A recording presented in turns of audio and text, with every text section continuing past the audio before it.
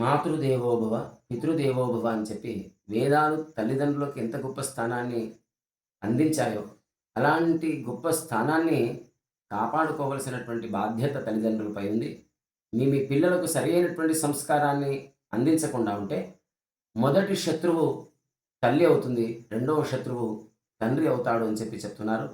ఒకవేళ సరైనటువంటి హిందూ ధర్మ సంస్కారాన్ని, సనాతనమైన భారతీయ సంస్కారాలను నేర్పించకుండా ఉంటే 10 మంది పిల్లల మధ్యలో మన పిల్లడు శోభించకుండా ఉంటాడు. మన చిన్నోడు వాడు శోభించకుండా ఉంటాడు. అలా కాకుండా ఒక ఉన్నత స్థితికి చేరుకోవాలంటే తప్పక సరియైన హిందూ ధర్మ సంస్కారాన్ని మీరు అందించండి. దానికి ఒక శ్లోకం చెప్తున్నారు సుభాషితకారులు. మాతా శత్రు పితావైరి ఏన బాలో న పాఠితః న శోభతే సభా మధ్యే హంస మధ్యే బకోయథ అని. ఈ విధంగా మన పెద్దలు ఆదేశించారు కాబట్టి చక్కగా సనాతనమైన సంస్కారాలను మీ పిల్లలకు అందించండి. జై శ్రీరామ్.